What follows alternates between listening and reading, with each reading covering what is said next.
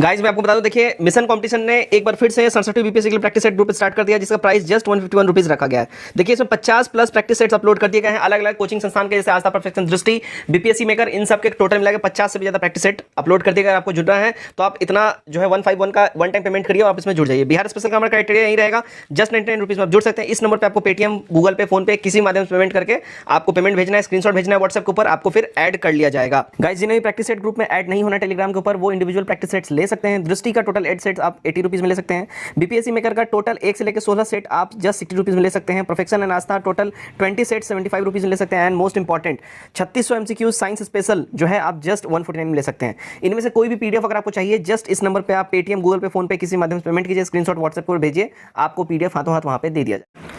देखिए 67वीं का एग्ज़ाम जो है दोबारा से होने वाला है, री एग्ज़ाम। डेट बहुत जल्द आ जाएगा और उम्मीद मैं करके चल रहा हूँ कि आप सब तैयारी में लगे होंगे, बिल्कुल ही तगड़े टाइप से तैयारी कर रहे होंगे, प्रैक्टिस सेट्स लगा रहे होंगे और जो आपके वीक सेक्शन है उस पर काम कर रहे होंगे।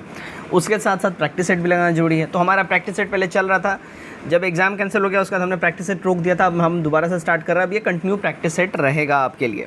ध्यान दीजिएगा, एसडी पब्लिकेशन का बहुत ही बेहतरीन प्रैक्टिस सेट है। 1 से लेके 4 प्रैक्टिस सेट तक मैंने खुद ही लगाया है, खुद ही ट्राई किया है।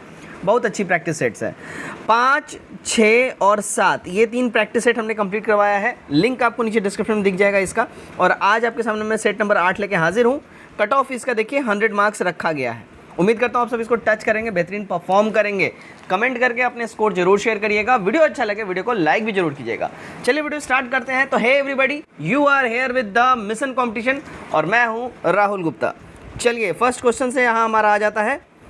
फर्स्ट क्वेश्चन है हमारा, देखिए मोहम्मद गौरी को किसने सबसे पहले पराजित किया था?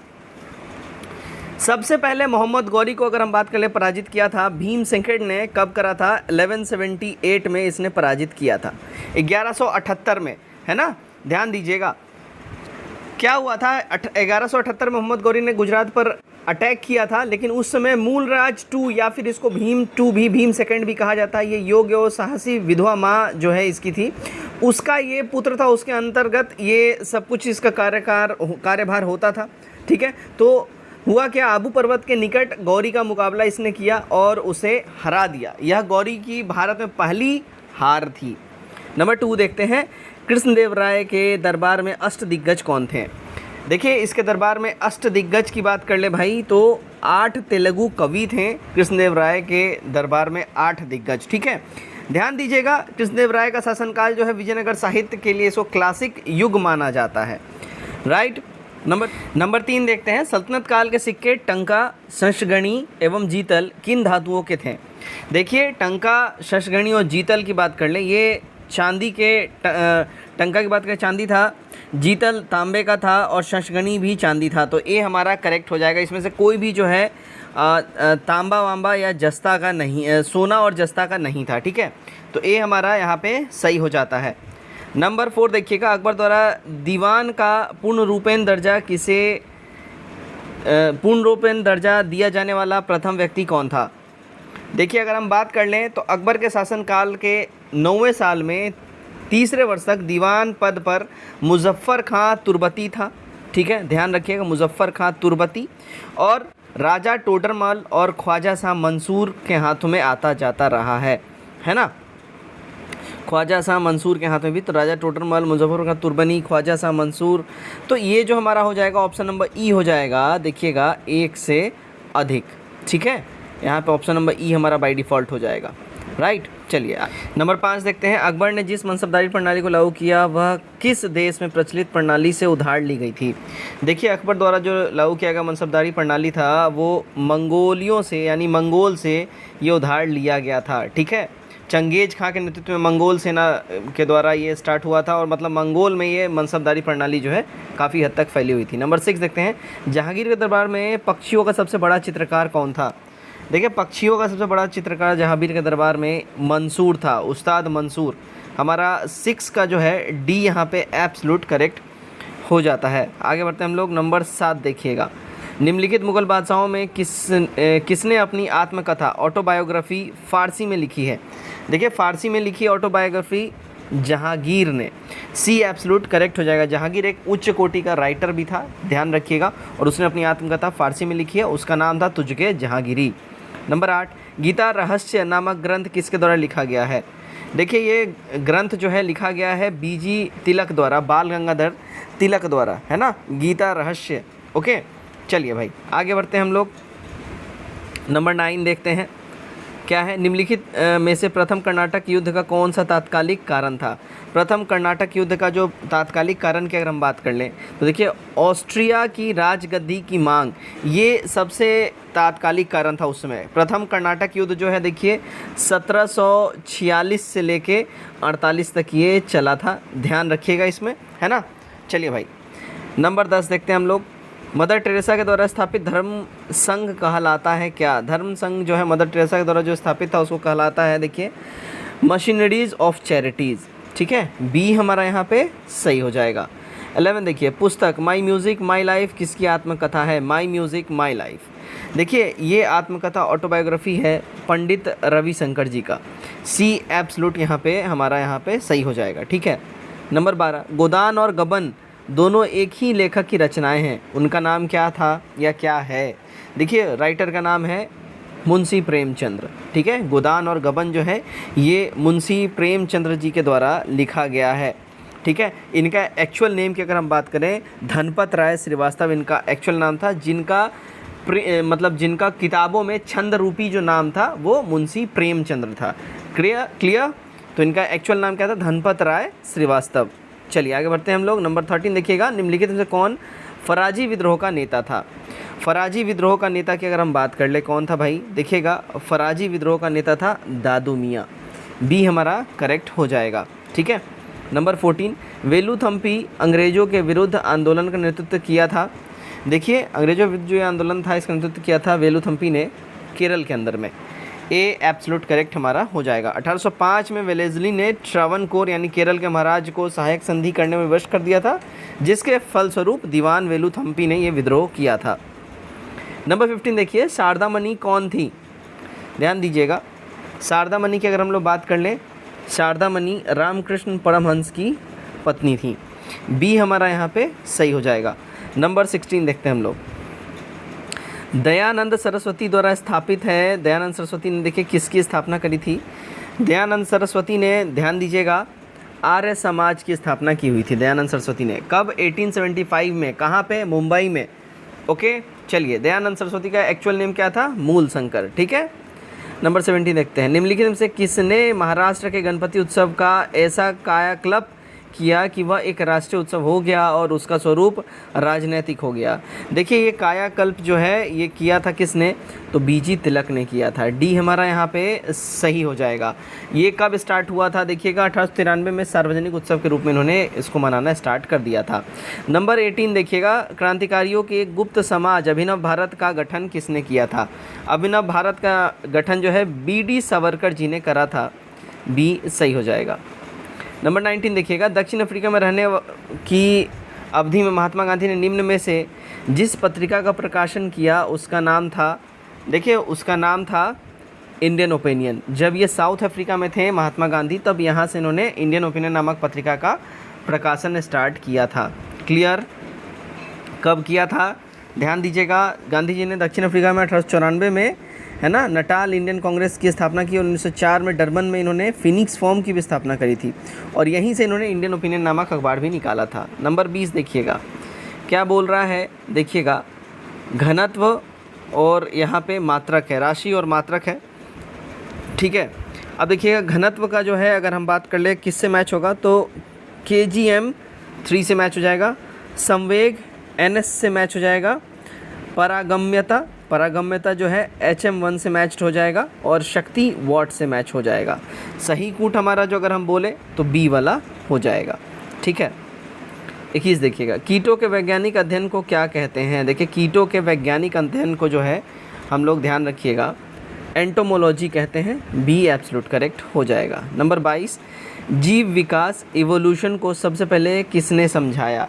जीव विकास को जो है सबसे पहले समझाया था देखिए लेमार्क ने, डी एब्सोल्यूट करेक्ट हो जाएगा हमारा। नंबर 23, पौधों के कौन से भाग से हल्दी प्राप्त होता है?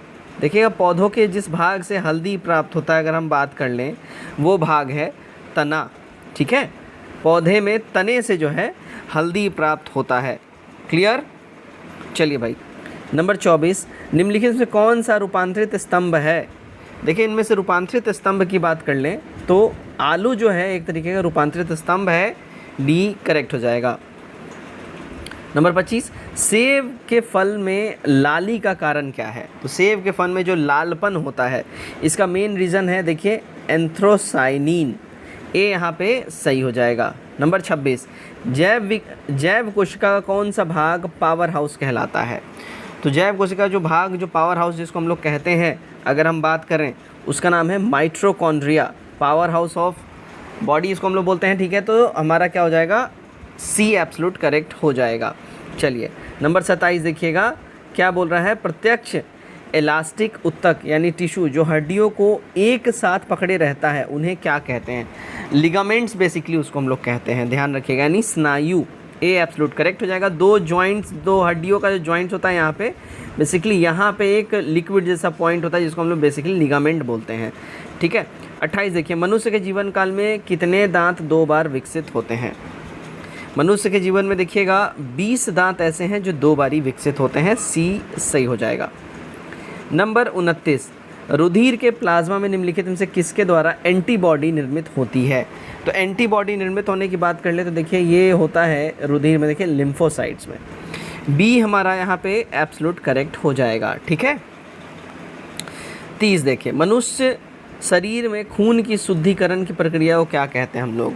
तो इस प्रक्रिया को हम लोग कहते हैं डायलिसिस, जो कि बेसिकली कृत्रिम मशीनों द्वारा होता है जब इंसान का किडनी काम करना बंद कर दे तब।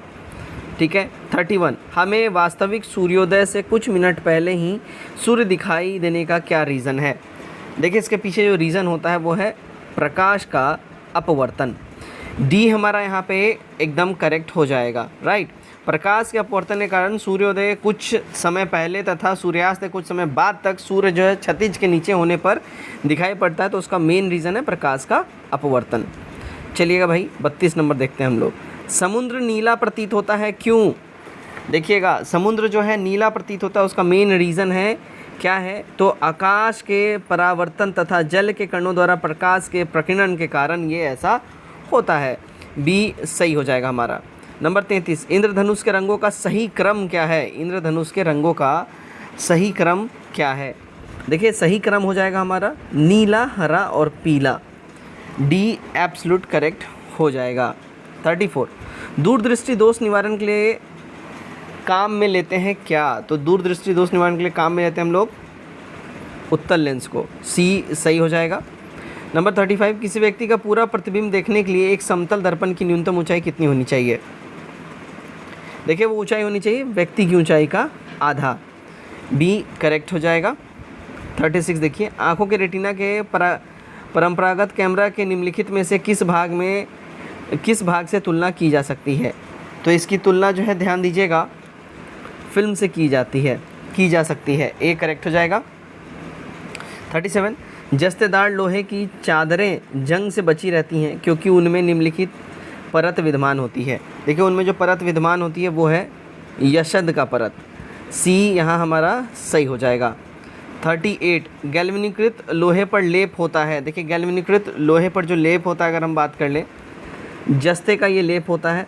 डी सही हो जाएगा। 39, एल्युमिनियम पुष्ट प्राय एनोडीकृत होते हैं। इसका अर्थ है उस पर निक्षेपण होता है। देखिए, उस पर निक्षेपण होता है एल्युमिनियम ऑक्साइड की परत का। बी सही हो जाएगा। आगे बढ़ते हैं हम लोग। नंबर 40 देखिएगा, पीतल में कौन सी धातुओं का संयोग होता है? पीतल में जो संयोग होता है धातुओं का, अगर हम बात कर ले, देखिएगा, तांबा और जस्ते का होता है। सी सही हो जाता है हमारा यहाँ पे। 41, फोटोग्राफी प्लेट को विकसित करने में, तो फोटोग्राफी प्लेट को विकसित करने में सोडियम थायोसल्फेट उपचायक की भांति उपयोग होता है। तो ए हमारा यहाँ पे क्या हो जाएगा? सही हो जाएगा। यहाँ से कुछ मैथमेटिक्स के क्वेश्चन स्टार्ट होते हैं, आप लोग उसे ज़रूर सॉल्व कीजिएगा। देखिएगा, 42 का जो करेक्ट आंसर हो जाएगा 262.5 हो जाएगा। 43 का जो हमारा करेक्ट आंसर हो जाएगा, देखिएगा, अगर हम बात कर ले तो ये हो जाएगा हमारा 750। 44 का जो करेक्ट आंसर होगा देखिएगा अगर हम बात कर ले ये हो जाएगा 125। 45 की बात कर लेते हैं। 45 का जो हमारा करेक्ट आंसर हो जाएगा। सारे के सारे सीरीज़ हैं, इस सीरीज़ में जो है नंबर सीरीज़ में जो है आपको अगला सीरीज़ बताना है, इस पद में अगला सीरीज़ में क्या होगा, ठीक है। करेक्ट हो जाएगा 755। 46 देखिए 46 का करेक्ट आंसर हो जाएगा अगर हम बात कर लें 1804 हो जाएगा। 47 देखते हैं। देखिएगा रजनी ने एक मोबाइल फ़ोन और रेफ्रिजरेटर क्रमशः 12,000 और 10,000 में ख़रीदा। उसने रेफ्रिजरेटर 12% हानि पर और मोबाइल 8% लाभ पर बेच दिया। उसे कुल लाभ हानि कितना हुआ। देखिए उसको कुल लाभ और हानि की बात कर ले हैं अगर हम लोग, तो ध्यान दीजिएगा उसको कुल लाभ और हानि की बात कर लेते हैं। तो उसको कुल लाभ और हानि की अगर हम बात करें देखिए लगभग 640 रुपये के आसपास हो जाएगा, ठीक है ना। तो ध्यान दीजिएगा यहाँ ऑप्शन में है ही नहीं, ठीक है, ई हो जाएगा। आगे बढ़ते हैं हम लोग 48। टीना और राकेश की आयु का अनुपात क्रमशः 9:10 है। 10 वर्ष पहले उनकी आयु का अनुपात 4:5 था। राकेश की वर्तमान आयु कितनी है। देखिए राकेश की वर्तमान आयु की बात कर लें, देखिए तो अगर देखिए राकेश की वर्तमान आयु की हम बात करें तो वो हो जाएगा 20 ईयर्स, बी करेक्ट हो जाएगा। 49 देखिएगा एक बर्तन में 80 लीटर शुद्ध दूध है, दूध में 18 लीटर शुद्ध पानी मिलाया गया है। परिणाम मिश्रण में 49 लीटर बेच दिया गया। इसके बाद बर्तन में 2:1 के संगत अनुपात में शुद्ध दूध एवं शुद्ध पानी की एक निश्चित मात्रा मिला दी गई। यदि बर्तन में परिणामी मिश्रण में दूध एवं पानी का अनुपात क्रमशः 4:1 हो तो बर्तन में मिलाए गए शुद्ध दूध की मात्रा क्या थी। देखिए शुद्ध दूध की मात्रा की अगर हम बात कर लें, ठीक है, तो शुद्ध दूध की मात्रा हो जाएगी ऑप्शन नंबर ए, ठीक है 4। 50 देखते हैं। 320 मीटर लंबी एक ट्रेन जिस गति से खंभे को पार करने में जितना समय लगाती है, अपनी लंबाई से दोगुनी प्लेटफॉर्म को उसी गति से पार करने में 80 सेकंड ज़्यादा लगाती है। ट्रेन की गति कितने मीटर या सेकंड है। देखिए इसकी अगर हम बात करें ट्रेन की गति की कितने मीटर या सेकंड है, ठीक है ना, तो देखिएगा 8 मीटर सेकंड यहाँ पे ट्रेन की गति हो जाएगी, ठीक है। तो यहाँ ऑप्शन में है ही नहीं, इसलिए हमारा ई हो जाएगा। चलिए भाई आगे हम लोग बढ़ते हैं। नंबर 51 देखिएगा दो व्यक्ति ए एवं बी क्रमशः 24,000 और 28,000 के निवेश में व्यवसाय स्टार्ट करते हैं और 4 माह बाद सी एक निश्चित निवेश के साथ व्यवसाय में शामिल हो जाता है। वर्षात के कुल लाभ 19,950 है, जिसमें सी का हिस्सा 7600 है। सी का निवेश पता करना है। सी का निवेश की बात कर ले, देखिएगा 48,000 हो जाएगा। सॉरी। नेक्स्ट देखते हैं 52।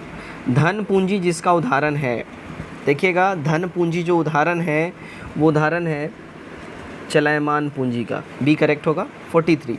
वाणिज्य बैंक द्वारा भारतीय रिजर्व बैंक के पास रखे गए सर्वाधिक न्यूनतम से अधिक रिजर्व कहलाते हैं।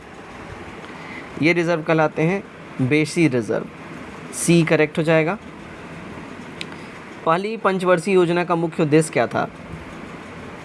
पहली पंचवर्षीय योजना का जो मुख्य उद्देश्य था अगर हम बात कर ले उसकी, तो वो था देखिए कृषि विकास, डी करेक्ट हो जाएगा।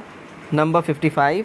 भारतीय अर्थव्यवस्था के स्वरूप के बारे में निम्नलिखित में से कौन सा एक विकल्प सही है। इसमें जो सही विकल्प की बात कर लें अगर हम लोग, तो सही विकल्प हो जाएगा मिश्रित अर्थव्यवस्था। भारतीय अर्थव्यवस्था को बोला जा सकता है, ए करेक्ट हो जाएगा, ठीक है। 56 देखिएगा अल्पकालीन सीमांत लागत वक्र औसत परिवर्ती लागत वक्र को डैश से औसत परिवर्ती लागत के न्यूनतम बिंदु पर काटता है। ये काटता है नीचे की ओर, बी करेक्ट हो जाएगा। 57। वर्गीज कुरियन किससे संबंधित है। वर्गीज कुरियन का संबंध है देखिए व्हाइट रेवोल्यूशन से, यानी श्वेत क्रांति से, बी सही हो जाएगा। 58 देखिएगा किसी देश के अनुकूल व्यापार शेष का आशय यानी मतलब क्या है। किसी भी देश के अनुकूल व्यापार शेष का मतलब क्या है। इसका मतलब होता है आयात की अपेक्षा निर्यात अधिक है, बी करेक्ट होगा। नंबर 59 देखते हैं आंतरिक सुलाभ क्या है। देखिएगा ये हो जाएगा फर्म को तब होते हैं जब वह अपने उत्पाद का विस्तार कीत है, डी हमारा यहाँ पे सही हो जाएगा। नंबर 60 देखिएगा बिहार जनगणना 2011 के आंकड़ों के अनुसार बिहार की साक्षरता दर, बिहार जनगणना 2011 के आंकड़ों के अनुसार भारत के सभी राज्य केंद्र शासित प्रदेश सहित में साक्षरता दर की दृष्टि से बिहार का कौन सा स्थान है। तो साक्षरता दर में बिहार का स्थान अगर हम बात करें पूरे देश भर में तो वो हो जाएगा देखिए 61.8 है और ये 35वें नंबर पे है। ठीक है, सबसे कम, सबसे नीचे, सी करेक्ट हो जाएगा। 61 साक्षरता दर की दृष्टि से बिहार देश भर के सभी राज्य केंद्र शासित प्रदेशों को छोड़कर डैश में स्थान पर रखता है। कौन से स्थान पे है अगर हम बात कर लें तो देखिएगा 28वें स्थान पे है। ठीक है, केंद्र शासित प्रदेशों को छोड़ देंगे अगर हम तो सबसे लास्ट आएगा 28वां स्टेट है ये, है ना। चलिए नंबर 62, निम्न राज्यों में से किस एक ने मुसलमानों के लिए नौकरी तथा शिक्षा में प्रवेश हेतु आरक्षण प्रस्तावित किया है? तो ये प्रस्तावित किया है आंध्र प्रदेश ने। ठीक है, ए हमारा यहाँ करेक्ट हो जाएगा। नंबर 63 देखते हैं, उच्च न्यायालय के न्यायमूर्ति की सेवानिवृत्ति की आयु क्या है, कितनी है? तो इनकी सेवानिवृत्ति की आयु की बात कर लें वो हो जाएगा देखिएगा 62 ईयर्स, है ना। उच्च न्यायालय की बात हो रही है, हाई कोर्ट की बात हो रही है, उच्चतम नहीं। 64, अंडमान निकोबार द्वीप पर निम्नलिखित उच्च न्यायालयों में से किस एक का क्षेत्राधिकार है? तो ये क्षेत्राधिकार है कोलकाता न्यायालय का, बी हमारा सही हो जाएगा अंडमान निकोबार पे। ठीक है। 65, अंतर्राज्यीय परिषदों का निर्माण स्रोत है। देखिए अंतर्राज्यीय परिषदों का निर्माण स्रोत जो है वो है संवैधानिक, ए हमारा यहाँ सही हो जाएगा। नंबर 66 देखिएगा, भारत में लोकपाल एवं लोकायुक्त की स्थापना का सुझाव दिया था। देखिए लोकपाल और लोकायुक्त की स्थापना का जो सुझाव है भारत में ये दिया था प्रशासनिक सुधार आयोग ने, बी हमारा यहाँ सही हो जाएगा। 67 देखते हैं, देखिएगा राज्य लोक सेवा आयोग के सदस्यों की नियुक्ति किसके द्वारा की जाती है? देखिए इनकी नियुक्ति करी जाती है राज्यपाल के द्वारा, है ना, लेकिन राज्यपाल इनको हटा नहीं सकते हैं, ये भी ध्यान रखिएगा, बी हमारा सही हो जाएगा। 68, संविधान के किस अनुच्छेद के अंतर्गत लोक सेवा आयोग के सदस्यों को हटाया जा सकता है? देखिए इनको हटाया जा सकता है आर्टिकल 317 के तहत, सी एब्सोल्यूट करेक्ट हो जाएगा।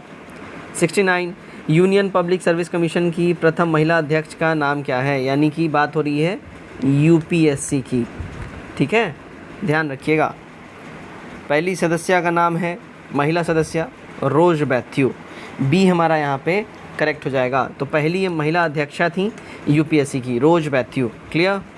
नंबर 70 देखिएगा, भारत के मुख्य चुनाव आयुक्त को नियुक्त किया जाता है।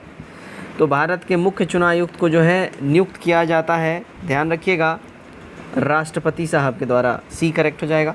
71, भारत का संविधान निम्नलिखित अनुच्छेदों में से किस एक के अंतर्गत एक निर्वाचन आयोग का प्रावधान करता है? देखिएगा ये प्रावधान करता है अनुच्छेद 324 के अंतर्गत, डी सही हो जाएगा हमारा। नंबर 72 देखिएगा, भारत में कोई भी राजनीतिक दल राष्ट्रीय दल के रूप में मान्यता प्राप्त करता है यदि वह राज्य स्तर का दल है, कम से कम उसको देखिए 4 राज्यों में ये मान्यता प्राप्त करना होगा, बी करेक्ट हो जाएगा। 73 देखिए, भारतीय संविधान में संशोधन के लिए विधेयक लाया जा सकता है। ये विधेयक लाया जा सकता है देखिए या तो लोकसभा में या राज्यसभा में, सी एब्सोल्यूट करेक्ट हो जाएगा। ठीक है, कोई फिक्स नहीं है किसी एक सदन में लाने का, किसी भी सदन में लाया जा सकता है। 74 देखिए, स्मार्ट सिटी मिशन के क्रियान्वयन के लिए बिहार का सर्वप्रथम कौन सा शहर चुना गया? तो बिहार का सबसे पहले जो शहर चुना गया अगर बात कर लें वो है भागलपुर, सी हमारा सही हो जाएगा। 75, जूट पार्क की स्थापना बिहार में कहाँ की गई है? जूट पार्क की स्थापना बिहार में देखिएगा पूर्णिया के अंदर में करी गई है, तो बी हमारा यहाँ सही हो जाएगा। 76, बिहार में भगवान बुद्ध की विशालकाय मूर्ति का अधिष्ठापन कहाँ किया गया है? ठीक है, ये किया गया है देखिएगा राजगीर के अंदर में, ए करेक्ट होगा। 77, राज्य में ग्राम पंचायत में महिलाओं के लिए कितने प्रतिशत आरक्षण की व्यवस्था की गई है? तो ये रिजर्वेशन की जो व्यवस्था की गई है वो हो गई है देखिए 50%। ठीक है ना, राज ग्राम पंचायतों में महिलाओं के लिए 50% रिजर्वेशन किया गया है। 78 देखिए, संध्या प्रहरी की स्थापना किस वर्ष की गई थी? संध्या प्रहरी, इसकी स्थापना करी गई थी देखिए 1992 में, बी करेक्ट होगा। 79, बिहार विद्यापीठ के प्रथम कुलपति कौन बने थे? बिहार विद्यापीठ के प्रथम कुलपति जो है देखिए मजहरुल हक जी बने थे, सी करेक्ट हो जाएगा। 80, दुर्गावती जलाशय परियोजना किस जिले में स्थित है?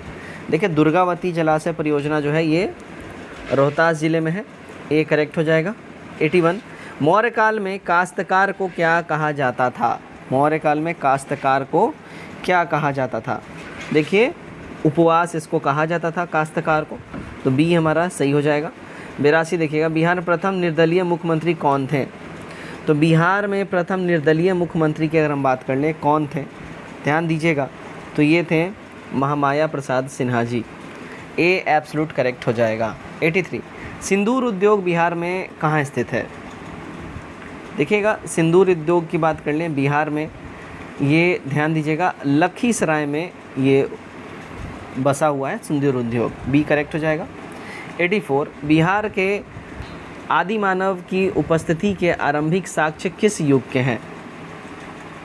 देखिए ये जो है ना पूर्व प्रस्तर युग के हैं, ठीक है, ए हमारा करेक्ट हो जाएगा, प्रस्तर युग से भी पहले के हैं, ठीक। 85 मौर्य के प्रशासनिक व्यवस्था में नगर प्रशासन का सर्वाधिक विवरण मेगास्थनीज की इंडिका में है, जिसमें नगर प्रशासन हेतु 5-5 व्यक्तियों की कितनी समितियों का विवरण है? देखिए इसमें विवरण की बात कर लें तो 6 समितियों का विवरण है, ठीक है ना, सी हमारा करेक्ट हो जाएगा, 5-5 व्यक्तियों की। ओके। मुल्ला बहबहानी कहाँ के यात्री थे? मुल्ला बहबहानी देखिए यात्री थे अगर हम बात कर लें ईरान के, डी करेक्ट हो जाएगा। नंबर 87 मुगल काल में बिहार आने वाला प्रथम विदेशी यात्री कौन था? प्रथम विदेशी यात्री देखिए मुल्ला तकिया था, डी सही हो जाएगा। 88 त्रिपक्षीय संघर्ष में शामिल 3 वंशों में सर्वाधिक दिनों तक शासन करने वाला वंश कौन सा था? तो सर्वाधिक दिनों तक शासन करने वाला जो वंश की अगर हम बात कर लें कौन था, तो वो था देखिए पाल वंश, ए करेक्ट होगा। 89 देखिए राज्य की औसत ऊंचाई समुद्र तल से कितना है? यानी बिहार राज्य की बात हो रही है। देखिए इसकी औसत ऊंचाई जो है 173 फीट है, 173 फीट। आगे बढ़ते हैं हम लोग 90 देखते हैं हम लोग। 90 में क्या है देखिए बिहार कोकिला के नाम से विख्यात विंध्यवासिनी देवी की गायिका का पहला सार्वजनिक प्रदर्शन कब हुआ था? देखिए इसका सार्वजनिक प्रदर्शन जो है 1945 में हुआ था, बी करेक्ट हो जाएगा। 91 देखिएगा क्या है 1912 में बांकीपुर पटना में कांग्रेस अधिवेशन के महासचिव कौन थे? इसके महासचिव थे सच्चिदानंद सिन्हा जी, डी हमारा करेक्ट हो जाएगा। 92 देखिएगा कारपट का संबंध किससे है? कारपट का संबंध देखिए इसका संबंध जो है ग्रामीण कल्याण कार्यक्रम की सहायता व मूल्यांकन से है, ए करेक्ट हो जाएगा। 93 भारत के राज्य में सड़क की मार्ग की लंबाई में प्रथम स्थान किस राज्य का है? तो प्रथम स्थान की बात कर लें देखिए ये महाराष्ट्र का हो जाएगा, बी एब्सोल्यूट करेक्ट हो जाएगा। नंबर 94 एक वर्ष में स्वराज का नारा गांधी जी ने कब दिया? एक वर्ष में स्वराज का नारा देखिए ये नारा जो है गांधी जी ने दिया था अगर हम बात कर लें, ठीक है ना, तो ये नारा गांधी जी ने दिया था असहयोग आंदोलन के समय में, ठीक है, तो हमारा कितना हो जाएगा? बी वाला सही हो जाएगा। 95 देखते हैं देखिए नीचे कथनों पर ध्यान दीजिए, असहयोग आंदोलन से क्या हुआ था? तो देखिए असहयोग आंदोलन की बात कर लें, इससे हुआ क्या था देखिएगा कांग्रेस सर्वप्रथम जन आंदोलन बनी, सबसे पहले ऐसा कोई पार्टी बना जन आंदोलन लेके आगे आई, हिंदू मुस्लिम एकता में इसमें वृद्धि हुई थी और जनता के मन में ब्रिटिश शक्ति का भय कम हुआ था, हट गया था एक तरीके से, तो बी वाला हमारा यहाँ पे सही हो जाएगा, 1 2 3, ठीक।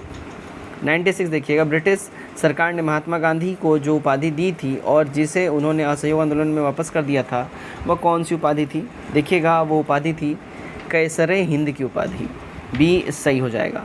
97 वह कौन सा प्रांत था जहां 1937 में आम निर्वाचन में भारतीय राष्ट्रीय कांग्रेस को पूर्ण बहुमत नहीं प्राप्त हुआ था?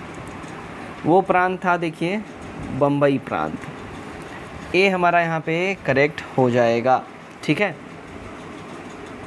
98 वह प्रांत जहां 1937 के आम चुनाव के बाद भारतीय राष्ट्रीय कांग्रेस ने अपनी सरकार नहीं बनाई, देखिएगा वो आम प्रांत था बंगाल में, ठीक है ना, यहाँ पे कांग्रेस ने आम चुनाव के बाद सरकार नहीं बनाई थी, मुस्लिम लीग इधर लीड ले ली थी। 99 देखते हैं आज़ाद हिंद सरकार के निर्माण की घोषणा की गई, देखिए आज़ाद हिंद सरकार के निर्माण की घोषणा जो है ये करी गई थी 21 अक्टूबर 1943 को, ठीक है, सी हमारा सही हो जाता है। नंबर 100, 1943 में आज़ाद हिंद फौज अस्तित्व में आई, कहाँ? देखिएगा जापान में ये अस्तित्व में आई, ठीक है ना। और यहीं पे फिर 21 अक्टूबर 1943 को सरकार बनी। चलिए आगे बढ़ते हैं हम लोग। 101, किस भारतीय क्रांतिकारी ने सुभाष चंद्र बोस को इंडियन नेशनल आर्मी गठन में सक्रिय सहयोग दिया? ये सक्रिय सहयोग दिया था रास बिहारी बोस ने। बी हमारा यहाँ सही हो जाएगा। 102, नवदा टोला किस राज्य में अवस्थित है? नवदा टोला जो है देखिए ये एमपी में है, नवदा टोला। डी सही होगा। 103, आर्य शब्द इंगित करता है, देखिए आर्य शब्द जो है ये इंगित करता है श्रेष्ठ वंश को, कुलीन वंश, ठीक है। डी हमारा करेक्ट हो जाएगा। 104, बौद्ध धर्म की महायान शाखा औपचारिक रूप से किसके शासनकाल में प्रकट हुई थी? देखिए औपचारिक रूप से ये प्रकट हुए थे कनिष्क के शासनकाल में, महायान शाखा मौर्य बौद्ध धर्म का, ठीक है। चलिए 105, भगवान महावीर का प्रथम शिष्य कौन था? देखिएगा भगवान महावीर का प्रथम शिष्य उनका दामाद जमाली था। ए करेक्ट होगा। 106, सेल्यूकस जिसको अलेक्जेंडर द्वारा सिंध एवं अफगानिस्तान का प्रशासक नियुक्त किया गया था को किस भारतीय राजा ने हराया था? देखिए इसको हराया था अगर हम बात कर ले किसने, तो चंद्रगुप्त ने। डी हमारा करेक्ट हो जाएगा। 107, अंतिम मौर्य सम्राट कौन था? अंतिम मौर्य सम्राट ये था बृहदत्त। डी हमारा करेक्ट हो जाएगा, ठीक है। 108, अधोलिखित में कौन गुप्तकालीन स्वर्ण मुद्रा है? गुप्तकालीन स्वर्ण मुद्रा इनमें से कौन है, ठीक है, ये पूछा जा रहा है। कौड़ी, दिनार, निष्क, पर्ण। तो गुप्तकालीन स्वर्ण मुद्रा की अगर हम बात कर ले ये हो जाएगा दिनार। बी करेक्ट हो जाएगा। 109, खजुराहो मंदिर स्थापत्य के निर्माण में सहयोगी थे। देखिए खजुराहो मंदिर जो स्थापत्य के निर्माण में सहयोगी थे वो चंदेल शासक थे। ए करेक्ट हो जाएगा। 110, निम्न में दक्षिण भारत का कौन सा राजवंश अपनी नौसैनिक शक्ति के लिए प्रसिद्ध था? चोल शासक इसके लिए प्रसिद्ध थे। 111, किसके द्वारा भारत श्रीलंका से अलग होता है?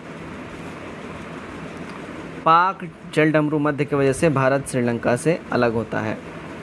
112, दक्षिण भारत की सबसे ऊंची चोटी कौन सी है? दक्षिण भारत की सबसे ऊंची चोटी अन्नाईमुड़ी है। ए हमारा यहाँ करेक्ट हो जाएगा। 113, क्षेत्रफल के क्रम में भारत के 3 बड़े राज्य कौन हैं? तो 3 बड़े राज्य की बात कर ले ये हैं राजस्थान, मध्य प्रदेश और महाराष्ट्र। ए करेक्ट हो जाएगा। 114, निम्नलिखित युग्मों को यहाँ मिलाना है और इसके ऊपर विचार करना है। देखिएगा मानस, ब्रह्मपुत्र, केवल जो है अगर हम बात करें ये करेक्ट हो जाएगा। डी वाला हमारा करेक्ट हो जाएगा, ठीक है ना, बाकी सारे मैच्ड नहीं हैं। आगे बढ़ते हैं हम लोग। 115, तुलबुल परियोजना का संबंध है देखिएगा झेलम नदी से। सी करेक्ट हो जाएगा। 116, निम्नलिखित में कौन सा एक सुमेलित नहीं है? देखिएगा इसमें जो सुमेलित नहीं की बात कर लें हम लोग तो वो पीपरी, कीटनाशक दवाएं, ये गड़बड़ है, सुमेलित नहीं है, तो हमारा डी वाला करेक्ट हो जाएगा। बाकी रामगुंडम उर्वरक के लिए है, चितरंजन लोकोमोटिव के लिए है, कोरबा एल्यूमिनियम के लिए, ये सारे के सारे मैच्ड हैं, ठीक है। चलो 117 देखना, ग्रीष्म आयनन प्रतिवर्ष होता है, ये प्रतिवर्ष होता है 21 मार्च को। बी करेक्ट हो जाएगा। 118, मौना लोआ उदाहरण है। मौना लोआ किसका उदाहरण है ये बताना। देखिए मौना लोआ जो है एग्जाम्पल है सक्रिय ज्वालामुखी का। ए करेक्ट होगा। 119, टर्की का कौन सा नगर पश्चिम का द्वार कहलाता है? पश्चिम का द्वार इस्तांबुल को कहा जाता है। सी करेक्ट हो जाएगा। अगुलहाज धारा चलती है, देखिए अगुलहाज धारा की बात कर लें, ये चलती है हिंद महासागर में। ए यहाँ हमारा सही हो जाएगा। 21 देखिएगा, पृथ्वी के धरातल के ऊपर की ओर वायुमंडल के विभिन्न स्तरों का सही अनुक्रम क्या है? इसका सही अनुक्रम जो है देखिएगा क्षोभ मंडल, समताप मंडल, मध्य मंडल, आयन मंडल। सी हमारा यहाँ करेक्ट हो जाएगा। सबसे पहले क्षोभ, फिर समताप, मध्य, फिर आयन मंडल। ओके चलिए 122, विश्व के किस समुद्री क्षेत्र में लंबी चालीसा पवनें प्रवाहित होती हैं? ये पवनें प्रवाहित होती हैं हिंद महासागर में यानी इंडियन ओशंस में। 123, an ordinary life patriot of an Indian generation नामक पुस्तक डैश द्वारा लिखी गई। ये लिखी गई है अशोक लवासा द्वारा। सी हमारा यहाँ सही हो जाएगा। 124 देखते हैं। देखिए, सौखोम मीराबाई चानू ने मौजूदा टोक्यो ओलंपिक 2020 में रजत पदक जीतकर भारत की पदक तालिका की शुरुआत की। वह किस आयोजन में देश का प्रतिनिधित्व करती हैं? देखिए, ये प्रतिनिधित्व करती हैं भारोत्तोलन में, वेट लिफ्टिंग में। ए करेक्ट होगा। 125 देखते हैं। विश्व ड्राउनिंग प्रिवेंशन दिवस प्रतिवर्ष डैश को आयोजित किया जाता है? देखिए, हर साल आयोजित किया जाता है 25 जुलाई को। डी करेक्ट होगा। 126 करगिल विजय दिवस हर साल 26 जुलाई को मनाया जाता है। इस वर्ष देश करगिल में डैश का जीत मना रहा है। तो इस साल जो है अगर हम बात करें, ठीक है, तो करगिल में देश जो है, ध्यान दीजिएगा, 23 साल हो जाएंगे। 2022 की बात कर लेंगे तो ठीक है। वैसे 21 की ये क्वेश्चन 21 का हिसाब से करंट अफेयर्स है तो 22 साल होगा, यानी बी हमारा करेक्ट हो जाएगा। चलो 127 निम्नलिखित में से किस साइट को भारत की 39वीं यूनेस्को विश्व विरासत सूची में शामिल किया गया है? ये शामिल किया गया, देखिए, काकतीय रुद्रेश्वर मंदिर को, ठीक है ना। तो ए हमारा करेक्ट होगा। 128 निम्नलिखित में कौन सा देश हाल ही में 17 जुलाई को अंतर्राष्ट्रीय सौर गठबंधन ISA में शामिल हुआ है? ये शामिल हुआ है, देखिए, स्वीडन। सी एब्सोल्यूट करेक्ट हो जाएगा। 129 निम्नलिखित से किसे HCL टेक्नोलॉजी लिमिटेड के प्रबंध निर्देशक के रूप में नियुक्त किया गया है? ये नियुक्त किया गया, देखिए, सी विजय कुमार को। बी करेक्ट हो जाएगा। 130 यांग कियान ने महिलाओं की 10 मीटर एयर राइफल में टोक्यो ओलंपिक का पहला स्वर्ण पदक जीता। वह किस देश की हैं? अगर हम यान कियांग की बात कर लें, देखिएगा, वो किस देश की हैं, ठीक है। तो उनकी अगर हम लोग बात कर लेते हैं, यांग कियान जो है, देखिए, उन्होंने पहला स्वर्ण पदक जीता है एयर शूटिंग में, और ये देखिए चाइना की हैं यान कियान, ठीक है। तो हमारा ई वाला हो जाएगा, इनमें से कोई भी नहीं। क्लियर? चलिए आगे बढ़ते हैं हम लोग। नेक्स्ट क्वेश्चन हमारा 131। 2019 में भारत वैश्विक कृषि निर्यात में 3.1% की हिस्सेदारी के साथ निम्नलिखित में से किस स्थान पर रहा? तो ये जो स्थान था भारत का, देखिए, 9वां स्थान पर रहा था। डी करेक्ट हो जाएगा। 132 देखिएगा, वरिष्ठ IPS अधिकारी नासिर कमल को हाल ही में निम्नलिखित में से किस पोर्टफोलियो में नामित किया गया है? इनको नामित किया गया है नागरिक उड्डयन सुरक्षा ब्यूरो के महानिदेशक के लिए। बी हमारा यहाँ सही हो जाएगा। 133 निम्नलिखित से किसने हाल ही में उन्नत प्रौद्योगिकियों में बल के जनशक्ति को प्रशिक्षित करने और संयुक्त परियोजनाओं को शुरू करने के लिए CDAC के साथ एक समझौता ज्ञापन पर हस्ताक्षर किया है? CRPF ने किया है। ये डी करेक्ट हो जाएगा। 134 निम्नलिखित से किस देश ने नोरो वायरस संक्रमण के मामले में सामने ये आया है? तो ये आया है, देखिए, UK के अंदर में, यानी इंग्लैंड के अंदर में। 135 Abu Dhabi chamber of commerce and industries के उपाध्यक्ष के रूप में किसे नियुक्त किया गया है? तो ये नियुक्त किया गया, देखिए, MA यूसुफ अली को। बी हमारा सही हो जाएगा। 136 देखिए, विश्व बैंक का नाम बताइए। उस बैंक का नाम बताइए जिसे विश्व बैंक समूह के निवेशक शाखा अंतर्राष्ट्रीय वित्त निगम IFC से $250 मिलियन का ऋण मिला है। तो ये ऋण मिला है, देखिएगा, HDFC बैंक को। डी करेक्ट हो जाएगा। 137 बांग्लादेश का प्रसिद्ध लोक गायक और स्वतंत्रता सेनानी का नाम बताइए जिसका हाल ही में निधन हो गया। तो ये स्वतंत्रता सेनानी है फ़कीर आलमगीर। डी करेक्ट हो जाएगा। 138 यूरोपा क्लीपर मिशन यूरोपा नाम से बृहस्पति के चंद्रमा की पृथ्वी की सतह की पहली मिशन जांच है। मिशन किस अंतरिक्ष एजेंसी द्वारा चलाया जा रहा है? तो ये चलाया जा रहा है नासा के द्वारा। ए करेक्ट हो जाएगा। 139 देखिएगा, CRPF हर साल 27 जुलाई को अपना स्थापना दिवस मनाती है। 2021 में बल अपना डैश स्थापना दिवस मनाएगा। तो ये जो है अपना स्थापना, देखिए, 83वां स्थापना दिवस मनाएंगे। बी करेक्ट हो जाएगा। 140 केयर रेटिंग के अनुसार वित्त वर्ष 2022 में भारत की अनुमानित GDP विकास दर डैश की सीमा में अनुमानित है। देखिए, ये अनुमानित की बात कर ले कितनी है, तो देखिएगा 8.8 से लेकर 9% तक, डी करेक्ट हो जाएगा। 141 देखिए, आनुवांशिक रूप से संशोधित स्वर्ण चावल के वाणिज्यिक उत्पादन के लिए मंजूरी पाने वाला दुनिया का पहला देश कौन सा देश बन गया है? तो ये पहला देश बन गया है देखिए फिलीपींस। ठीक है, नेक्स्ट देखते हैं हम लोग 142। प्रिया मलिक ने हाल ही में किस खेल प्रतियोगिता में भारत के लिए स्वर्ण पदक जीता है? तो इन्होंने ये स्वर्ण पदक जीता है कुश्ती के अंदर में, ए करेक्ट हो जाएगा। 143। ऐतिहासिक पासेओ डेल प्राडो बुलवार्ड और रेटीरो पार्क 2021 के लिए यूनेस्को की विश्व धरोहर स्थल में शामिल है, वह किस शहर में है? देखिएगा ये है मैड्रिड स्पेन के अंदर में, सी हमारा करेक्ट हो जाएगा। 144। बीएस येदियुरप्पा ने हाल ही में किस राज्य के मुख्यमंत्री पद से इस्तीफा दिया है?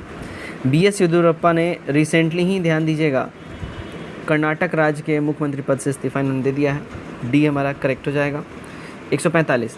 मैनग्रोव पारिस्थितिकी तंत्र के संरक्षण के लिए अंतर्राष्ट्रीय दिवस हर साल डैश को होने वाला एक अंतर्राष्ट्रीय उत्सव है। तो ये अंतर्राष्ट्रीय उत्सव है देखिए 26 जुलाई को होने वाला, सी करेक्ट हो जाएगा। 146। सिंगापुर का सनसेप समूह निम्नलिखित में से किस देश में दुनिया का सबसे बड़ा $2 बिलियन का फ्लोटिंग सोलर फॉर्म बनाएगा? तो ये फॉर्म बनाएगा, अगर हम बात कर ले, ध्यान दीजिएगा, ये फॉर्म बनाएगा फिलीपींस, बी हमारा यहाँ पे देखिए करेक्ट हो जाएगा। 147। निम्नलिखित में कौन सा राज्य सोहरा जलपूर्ति योजना से संबंधित है? सोहरा जलपूर्ति योजना से देखिए रिसेंटली संबंधित है मेघालय, डी हमारा यहाँ पे सही हो जाएगा। 148। हाल ही में टोक्यो ओलंपिक खेल में पहली बार स्केटबोर्डिंग प्रतियोगिता किसने जीती? तो ये प्रतियोगिता जीती है रिसेंटली देखिए यूटो हेरिगोमो ने, ए करेक्ट हो जाएगा। 149 देखिएगा, किस देश ने मध्य दक्षिण एशिया क्षेत्रीय कनेक्टिविटी 2021 नामक एक उच्च स्तरीय अंतर्राष्ट्रीय सम्मेलन की मेज़बानी करी है? तो ये मेज़बानी करी है देखिए उज्बेकिस्तान ने, सी करेक्ट हो जाएगा। 150 देखिएगा, क्या ही है, निम्नलिखित में से किस राज्य के मुख्यमंत्री ने एक बांस औद्योगिक पार्क की आधारशिला रखी है? तो ये बांस औद्योगिक पार्क का जो आधारशिला रखा है देखिएगा ये असम गवर्नमेंट ने रखा है, ए करेक्ट हो जाएगा। तो गाइस देखिएगा ये था हमारा सेट नंबर 8। उम्मीद करता हूँ ये सेट आप लोगों को काफ़ी अच्छा लगा होगा। कमेंट करके अपने स्कोर हमारे साथ ज़रूर शेयर करिएगा, और इस सेट का जो कट ऑफ था 100 मार्क्स, उम्मीद करता हूँ आपने इसको टच भी किया होगा। कमेंट करके स्कोर शेयर करिए, वीडियो अच्छा लगे वीडियो को लाइक करिए। Till then take care, bye bye and God bless you all.